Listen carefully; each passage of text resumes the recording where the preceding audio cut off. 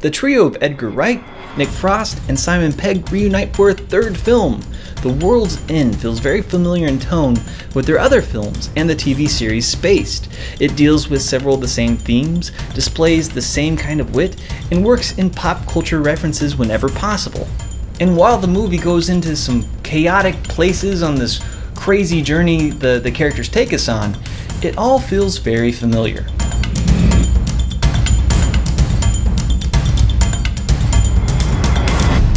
John Arry here with AintItCool.com, talking today about The World's End.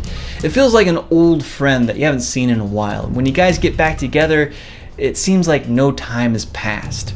The movie, it revolves around Gary King. He's a drug addict, still living in the past of his teenage glory. He convinces his 4 best mates from high school to go back to their small hometown to conquer an epic pub crawl. Why not try Newton Haven's infamous Golden Mile pub crawl? 1 mile, 12 pubs. The evening doesn't go quite as expected though, when they realize that their hometown has changed in a very big science fiction-y way. What I liked about the movie, Simon Pegg gives this tremendous performance, and this isn't the normal leading man that we've seen before in Hot Fuzz or Shaun of the Dead. This guy is grungy, he's mean, he's just someone that you wouldn't want to know in real life. I haven't had a drink for 16 years, Gary. You must be thirsty then. Pegg, he plays Gary King as this cynical, awful, loathsome man, and he just seems to relish the sleaziness of the character. Gary, are you serious? I haven't seen you in 20 years. Do you really think I'm going to have sex with you in the ladies' toilet? Well, the disabled is out of order. He's a lot of fun to watch.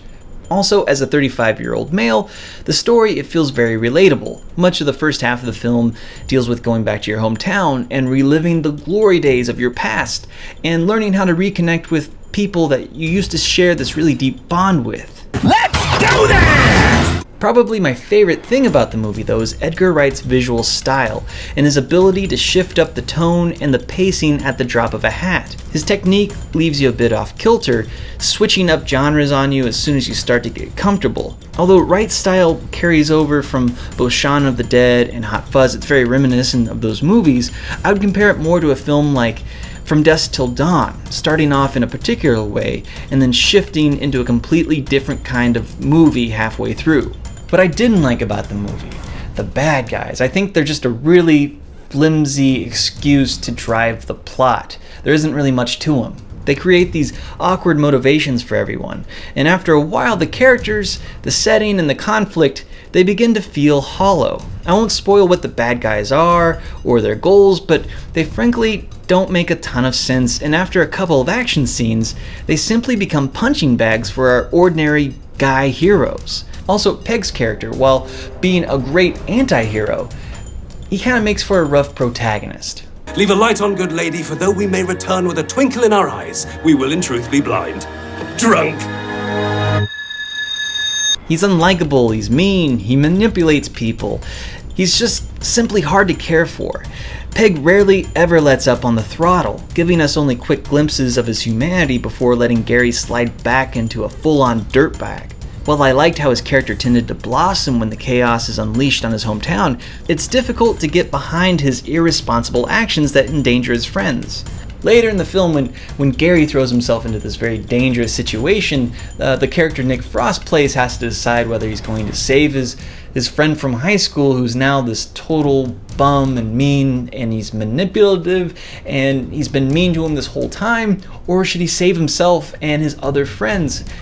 And the whole time I'm like, Nick Frost, run! He's not worth it, man. Just go. And this sort of creates some problems later in the film when we get to the big climax and who we're trying to root for. It's really hard to get behind Gary as a central character. Also, the climax of The World's End, it felt weak. I won't spoil it for you, but there's a ton of build-up with very little payoff. Plus, the last 5 minutes of this movie are fantastic. It's this wonderful epilogue that I actually enjoyed more than the last half of the movie. I really hope at some point we get to see this world revisited or a sequel based on this new reality that's set up. It's just amazing, and frankly it was like, man, let's spend more time in this epilogue than the last half of the movie. This is infinitely more interesting. Ultimately, though, I think the biggest mixed blessing about the film is the storytelling style and the script. It feels like Wright, Pegg, and Frost have retold the same story 3 times in a row, just utilizing different genres and pop culture references. While I like the story and the way it's told, it feels like I've been here before, and it kind of lessens the impact. If I had never seen any of their work before, I probably would have been blown away with the constant change up in styles and the witty dialogue.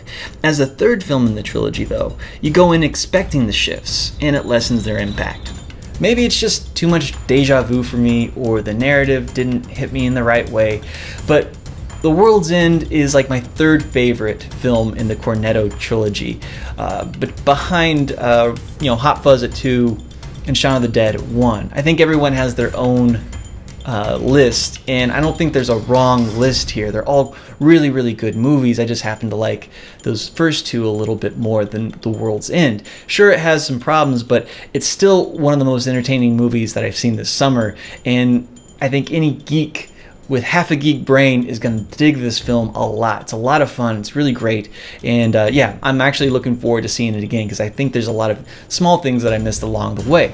But those are just my thoughts on The World's End. I'd love to hear yours. You can leave your comments below or hit me up on Twitter, and keep checking in with AintItCool.com for more news and reviews. I'm John Airy.